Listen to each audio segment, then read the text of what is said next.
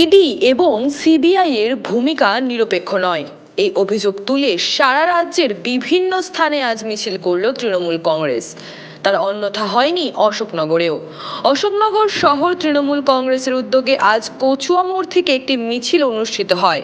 মিছিলে উপস্থিত ছিলেন অশোকনগর কল্যাণগড় পৌরসভার পৌরপ্রধান প্রবোধ সরকার, অশোকনগর শহর তৃণমূল কংগ্রেসের সভানেত্রী কৃষ্ণা চক্রবর্তী সহ অন্যান্য নেতৃত্ব উপস্থিত ছিল এই মিছিলে। Bureau report, AVN Bangla.